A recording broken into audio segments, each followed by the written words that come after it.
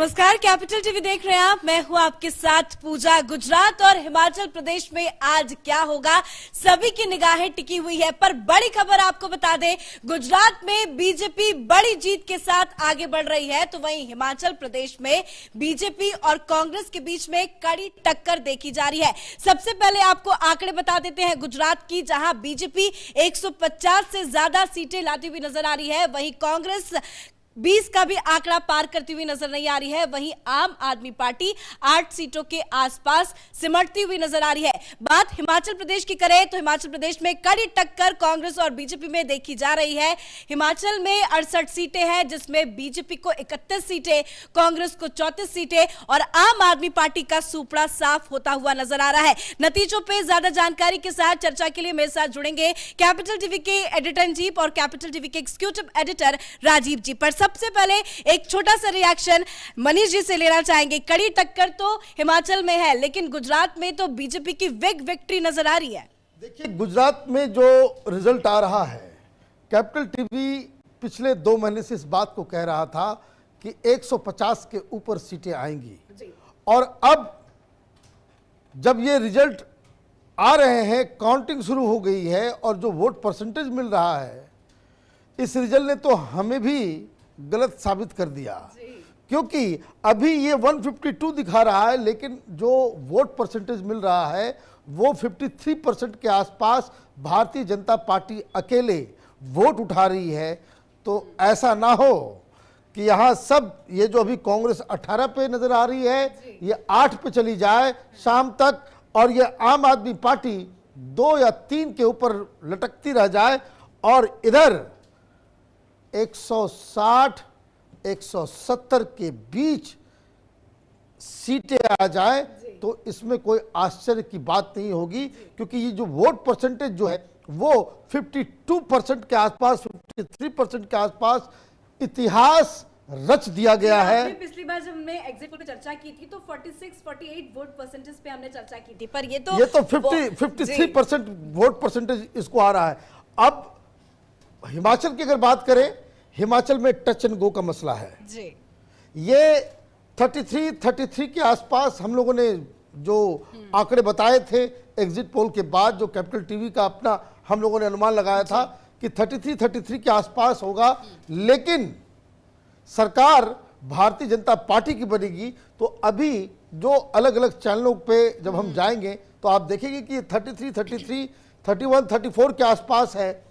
और ये जो अन्य है, ये हमीरपुर हो या कोई और हो, ये सब के सब बीजेपी के बागी उम्मीदवार हैं और इसका मतलब ये है कि इनका इसके साथ टैली करना आसान हो जाएगा।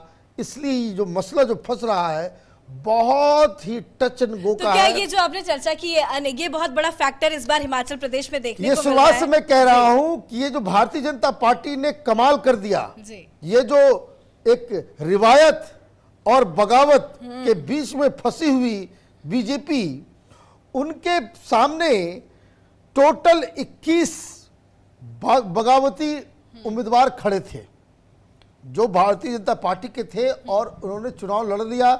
प्रधानमंत्री मोदी भी फोन करते रह गए, लेकिन फिर भी ये मैदान छोड़ के निकले नहीं।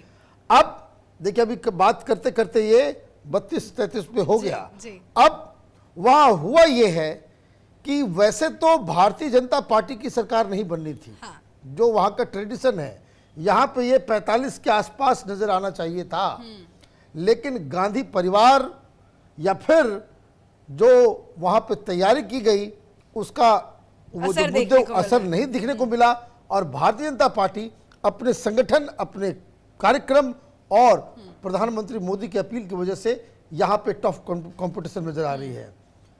और इस आम आदमी पार्टी, मैं तुम आपका बेटा हूं, भाई हूं, अच्छा स्कूल बनवा दूंगा, वहां ये ढकोसलाबाजी जो है वो चला नहीं। लेकिन ये ढकोसलाबाजी काम नहीं आया, लेकिन यहाँ पे खाता खुलता हुआ नजर आ रहा है और इसी के दम से अलग अलग कार्यालय के बाहर आम आदमी पार्टी की तरफ से पोस्टर्स लगाए गए हैं कि बहुत बहुत शुभकामनाएं राष्ट्रीय पार्टी बनने के लिए। देखिए, हम लोगों ने जब ये शुरुआत हुई थी, ये इसने सब कुछ कहना शुरू किया था, उस वक्त ही हमने कहा था कि इसका मेन टारगेट जो है राष्ट्रीय पार्टी बनना है। राष्ट्रीय पार्टी बहुत सारी बनी जी, बीएसपी भी बनी, सीपीआई बनी, सीपीएम भी बनी। ये एक तगमा है, लेकिन उसको वो मार्केटिंग करेगा। ये जो लुटिन मीडिया के लोग हैं वो बधाई भी दे देंगे, ये सारा कुछ करेंगे, लेकिन जो गुजरात में आम आदमी पार्टी करना चाह रही थी वो नहीं हो पाया है, क्योंकि वोट परसेंटेज इनका 13-14% के आसपास ही लटक गया। ये कांग्रेस पार्टी का गुजरात में अल्टरनेटिव तभी बन सकते थे जब इनको कम से कम 25% वोट मिलते। देखिए, एक बड़ी खबर सामने आ रही है कि हिमाचल रुझानों में कांग्रेस बीजेपी में कांटे की टक्कर तो है ही, लेकिन वोट शेयर में बीजेपी आगे है पर रुझानों में कांग्रेस आगे है। राइट। हिमाचल प्रदेश के अंदर जो वोट शेयर है वो 44% के आसपास वोट पा रही है बीजेपी, 42 के आसपास पा रही है कांग्रेस पार्टी। मतलब ये कि भारतीय जनता पार्टी ने वो जो हिमाचल, उत्तराखंड और भी उस तरह का जो कि एक बार कांग्रेस एक बार बीजेपी, वो जो वहां की रिवायत चल रही थी उसको वो ब्रेक लगाने में कामयाब होती नजर आ रही है। अब ये 32 पे पहुंच गया। ये 4 अन्य जहां भी आप देखें उसे आप समझ लीजिए कि ये बीजेपी में जो है मामला अगर टाइट पहुंचेगा तो ये बीजेपी के पास ये सारे लोग चले आएंगे और सरकार भारतीय जनता पार्टी की बन जाएगी। जी, तो यहाँ पे बहुत ज्यादा टफ सिचुएशन भले ही हिमाचल में देखने को मिल रहा है, पर गुजरात में बीजेपी की बम्पर जीत नजर आ रही है और इसी की वजह से सेलिब्रेशन की भी शुरुआत हो चुकी है। अलग अलग जगह सेलिब्रेशंस की तस्वीरें भी सामने आ रही है। चलिए आपको सीधा दिखाते हैं कि किस तरह से गुजरात में मोदी मोदी के नारे के साथ लोग नाचते गाते हुए नजर आ रहे हैं। आप देख सकते हैं ये आज की तस्वीर है, अभी तुरंत की तस्वीर आपको हम दिखा रहे हैं कि जहां बीजेपी कार्यालय के बाहर में सेलिब्रेशन किया जा रहा है। सेलिब्रेशन का माहौल पूरा नजर आ रहा है। हालांकि बीजेपी तो पहले से ही आश्वस्त थी कि बीजेपी की सरकार बनेगी, बीजेपी ही जीतेगी, पर जो नतीजे सामने आ रहे हैं, जो आंकड़े सामने आ रहे हैं वो काफी ज्यादा है। एग्जिट पोल पे भी हमने आपको बताया था कि काफी ज्यादा सीटें आएंगी, पर आंकड़े काफी ज्यादा चौंकाने वाले इसलिए हैं क्योंकि बीजेपी अपने खुद के रिकॉर्ड को तोड़ती हुई नजर आ रही है। बीजेपी की इतनी बड़ी जीत, अभी तो यही माना जाए कि 150 से ज्यादा क्रॉस कर रही है बीजेपी। देखिए, बीजेपी 150 से ज्यादा क्रॉस कर रही है, 160-70 के बीच भी जा सकती है। लेकिन सबसे बड़ी बात यह है कि गुजरात चुनाव पूरे अपोजिशन पार्टी के लिए एक बड़ा सबक हो सकता है, क्योंकि यह सबक इसलिए है, सारी पार्टियां ये सोच के बैठी थी कि जहां जहां गुजरात में जो रिजल्ट सामने आएंगे उसके बाद पीएम मोदी और अमित शाह को घेरना शुरू करेंगे। लेकिन स्थितियां पूरी तरह से बदल गई है। एक कंस्टिट्यूएंसी की बात करते हैं जिस पर पूरे हिंदुस्तान की नजरें टिकी होती है और दुनिया की नजरें भी टिकी हुई होती है, वो है गोधरा। गोधरा से एक ऐसी हवा चली थी जिसके बाद गुजरात उस आंधी में तो बहाई, उसके साथ साथ पूरे हिंदुस्तान में एक आंधी चली। गोधरा में अभी तक 34,000 के करीब वोटों की गिनती हो चुकी है और 34,000 में से 21,000 से ज्यादा वोट सिर्फ भारतीय जनता पार्टी को मिली है। आम आदमी पार्टी 2-3 हजार वोट पे, जो कि एक इंडिपेंडेंट कैंडिडेट की तरह है, और कांग्रेस को भी 7,000 वोट मिली है। गोधरा इसलिए इंपॉर्टेंट है क्योंकि जो प्रधानमंत्री नरेंद्र मोदी के ऊपर दंगे का आरोप लगातार लगता रहा, जिसके बाद पूरे हिंदुस्तान में कांग्रेस पार्टी और दूसरी सारी अपोजिशन पार्टियां, कुछ तथाकथित बुद्धिजीवी वर्ग के लोग, ये सारे के सारे आरोप लगाते रहे कि गुजरात दंगे में प्रधानमंत्री नरेंद्र मोदी ने पक्षपात किया। हालांकि सुप्रीम कोर्ट से लेकर सीबीआई तक सारी एजेंसी जो उस समय कांग्रेस के पास थी, केंद्र में कांग्रेस की सरकार थी, यह नहीं कहा जा सकता कि सीबीआई ने पक्षपात किया भारतीय जनता पार्टी के कहने पर। तो सारे जो एजेंसियां थी वो प्रधानमंत्री नरेंद्र मोदी जो उस समय के मुख्यमंत्री थे गुजरात के, उनके पीछे लगा दिया गया। फिर भी वो क्लीन चिट मिल गई। अभी तक लोग उस क्लीन चिट को मानने के लिए तैयार नहीं है। और अभी जो गुजरात में परिणाम आ रहे हैं वो ये दिखाता है कि 2024 में जनता का मूड क्या होने वाला है। जी, गोधरा को लेकर विपक्ष ने भी काफी ज्यादा मुद्दा बनाया, लेकिन वो अब नतीजों में नहीं नजर आ रहा है। देखिए, गोधरा तो की बात तो राजीव ने कर दी जी।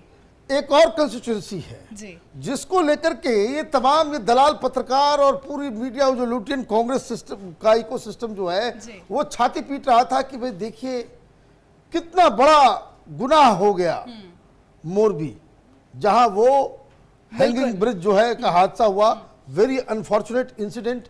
लेकिन इसके ऊपर राजनीति करने की कोशिश की गई कि वो कई सारी कॉन्स्पिरेसी थ्योरी दी गई और बहुत सारे लोग जो कांग्रेस पार्टी के लिए कैंपेन करते हैं चुनाव में, उस तरह के यूट्यूबर्स, पत्रकार, एक्स एडिटर इन चीफ्स, ये सारे लोग टेलीविजन में जो लोग काम करते थे, मोरबी में जाकर के वो छाती पीटने का काम किए, मैंने प्रोपेगेंडा करने की कोशिश। क्या रिजल्ट आ रहा है? मोरबी में 43.97 मतलब 44% वोट भारतीय जनता पार्टी लेकर के आगे चल रही है। कांग्रेस पार्टी सेकंड नंबर पे है जो बहुत पीछे है। आम आदमी पार्टी को वहां पे 3 से 4% वोट मिल रहा है। तो आप ये समझिए कि किस तरीके से मैनेज करने में इतना बड़ा हादसा हो जाए तो हाथ पैर फूल जाए, दूसरी सरकार हो, दूसरी पार्टी हो। लेकिन जिस हिसाब से प्रधानमंत्री वहां गए, बिल्कुल फौरन पहुंचे, लोगों से मिले, बातचीत की, और ये मरहम लगाने का जो काम है, लोगों ने ये एक्सेप्ट किया। ये जो मोरबी का जो रिजल्ट है वो ये बता रहा है कि लोगों ने इस बात को एक्सेप्ट किया कि गलती हुई है, लेकिन ये गलती कोई सरकार या कोई उस तरह की चीज की वजह से नहीं हुई है। और सरकार आपके पास फौरन पहुंच जाती है अपनी गलतियों को मानने के लिए, सब कुछ करने के लिए। और इसलिए ये जो रथ जो है वो आगे बढ़ता जा रहा है। 155 पहुंच गया है। 18 कांग्रेस पार्टी, 6 अभी थोड़ी देर पहले ये 9 पे थे, कुछ चैनल 11 दिखा रहे थे, अब ये 6 पे पहुंचे हैं। जिस तरीके से ये जा रहा है, आई कैन टेल यू ये 160 के ऊपर जाएगा और ये दोनों ही पार्टियां सिंगल डिजिट में रहेंगी। मोदी ने बकायदा इतिहास को रचा है। और जब वो अहमदाबाद में लगातार 2-2 रैलियां कर रहे थे, मुझे याद है कि दिल्ली में बैठे वही सब चैनल्स के ऊपर बड़े बड़े पॉलिटिकल पंडित ये कह रहे थे क्या बीजेपी हार रही है? जो प्रधानमंत्री मोदी को 2-2 रैलियां करनी पड़ रही है, इतना मेहनत करना पड़ रहा है। वो मेहनत इसलिए कर रहे थे कि चुनाव वो हार नहीं रहे थे, चुनाव वो जीत रहे थे।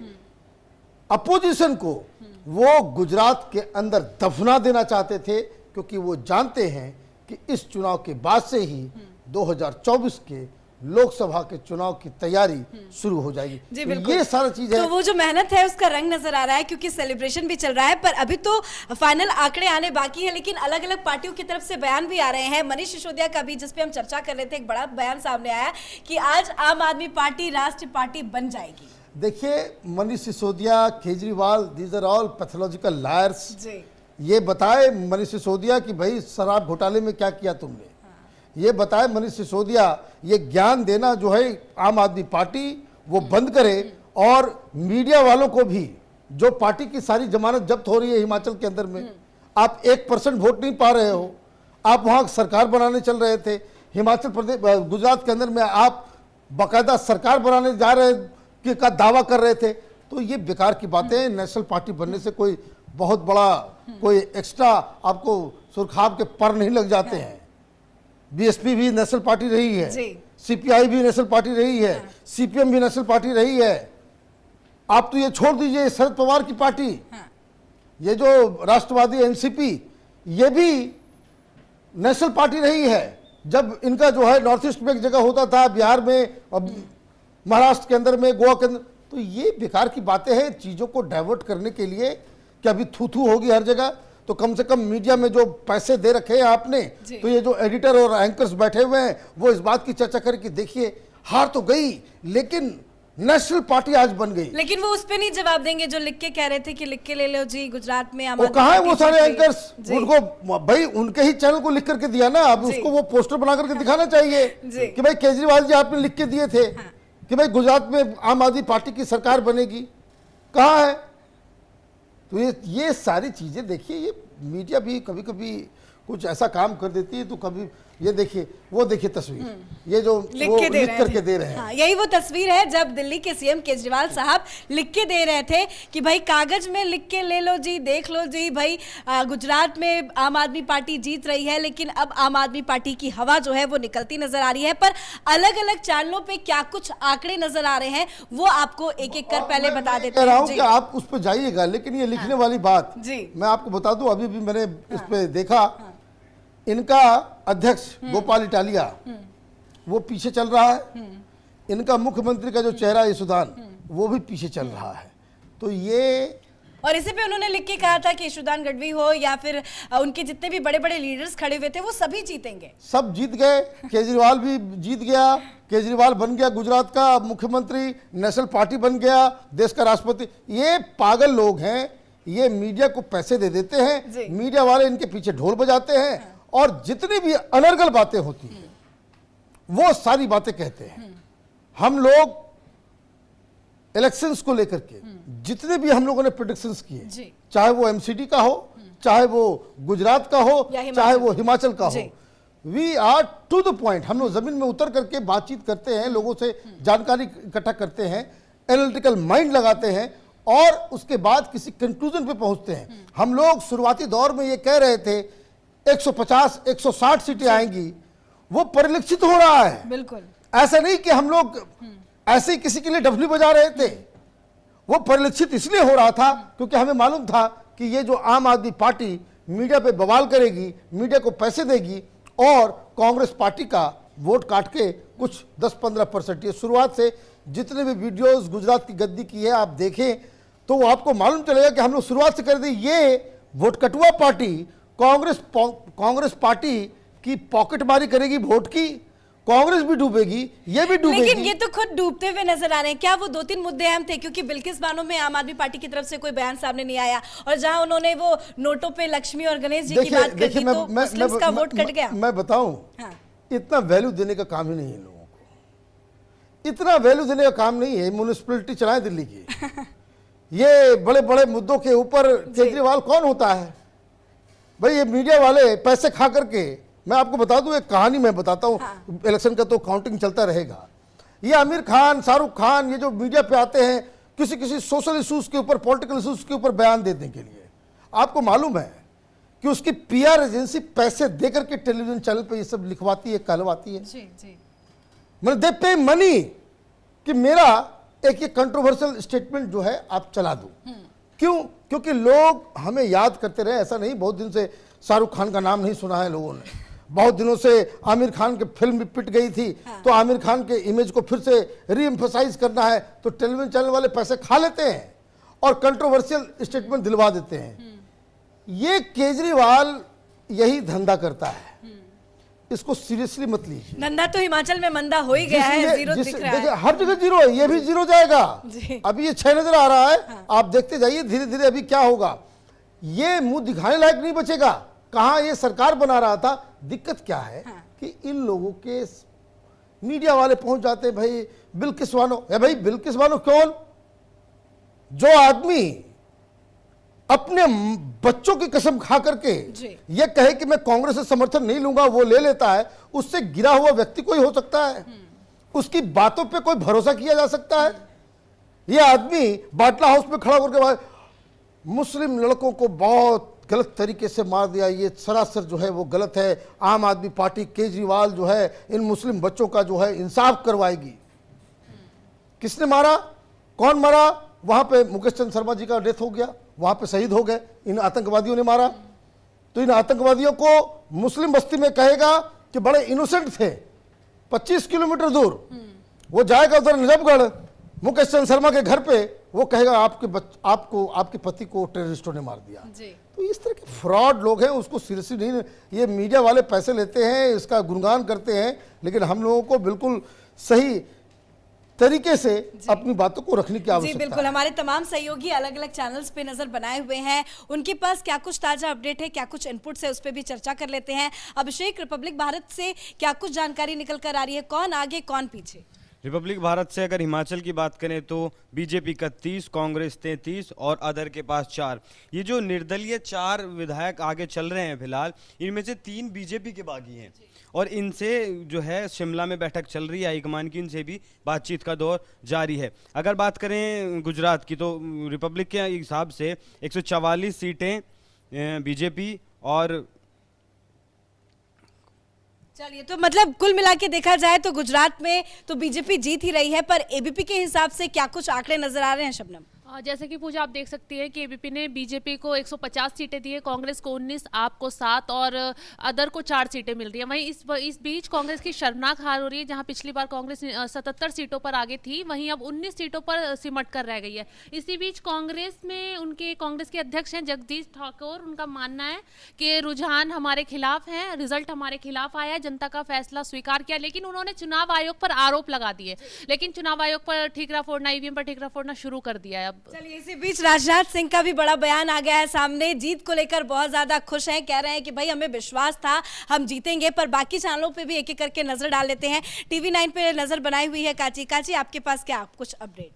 जी, बात अगर गुजरात की करें तो TV9 पर बीजेपी को 148 सीटें दिखा रहे हैं और कांग्रेस को 24, वहीं आम आदमी पार्टी और अदर्स की बात करें तो 5-5 सीटें इन दोनों को आ रही हैं। बात अगर हिमाचल प्रदेश की करें तो बीजेपी को 31 सीटें मिलती हुई नजर आ रही हैं, कांग्रेस को 33 अभी तक जो मिल रही है, आंकड़ा सामने आ रहा है। आम आदमी पार्टी को 0, इनका खाता भी नहीं खुला, और अदर्स को 4 सीटें। मतलब हिमाचल में बहुत टफ कॉम्पिटिशन है, हिमाचल को लेकर कुछ कहना बहुत ही अभी फिलहाल मुश्किल है। प्रगति, आपके पास क्या कुछ जानकारी? बिल्कुल पूजा, इस दौरान अगर न्यूज़ 24 के हिसाब से बात करें तो हिमाचल में कांटे की टक्कर देखने को मिल रही है। अगर आपको याद हो तो उत्तराखंड में जो चुनाव था, उत्तराखंड में जो स्थिति बनी हुई थी, वही स्थिति हिमाचल में भी देखने को मिल रही है। और मैं पूरे विश्वास के साथ कह सकती हूँ जैसे उत्तराखंड में रिकॉर्ड तोड़ जीत हुई थी, कई मिथ्यों को तोड़ा गया था इस दौरान, और शायद वही हिस्ट्री यहाँ पे भी रिपीट होती हुई नजर। इंतजार करना होगा हालांकि हिमाचल के लिए। हिमाचल में क्या होगा कुछ कहना अभी फिलहाल बहुत मुश्किल है। सबा, आपके पास क्या कुछ अपडेट? अगर न्यूज़ 18 के माध्यम से बात करें तो हिमाचल में बीजेपी की 30 सीट है, कांग्रेस में 34, यानी कि दोनों में बराबरी की बाजी चल रही है, और आप में 0 है और अन्य के खाते में 4 है। वहीं अगर गुजरात की बात की जाए तो बीजेपी में 150 है, कांग्रेस में 19 है, और आप में 8 है, और अन्य में ऐसे ही। चलिए, मतलब हर चैनलों के हिसाब से गुजरात में बीजेपी जीत रही है और हिमाचल प्रदेश में कड़ी टक्कर है।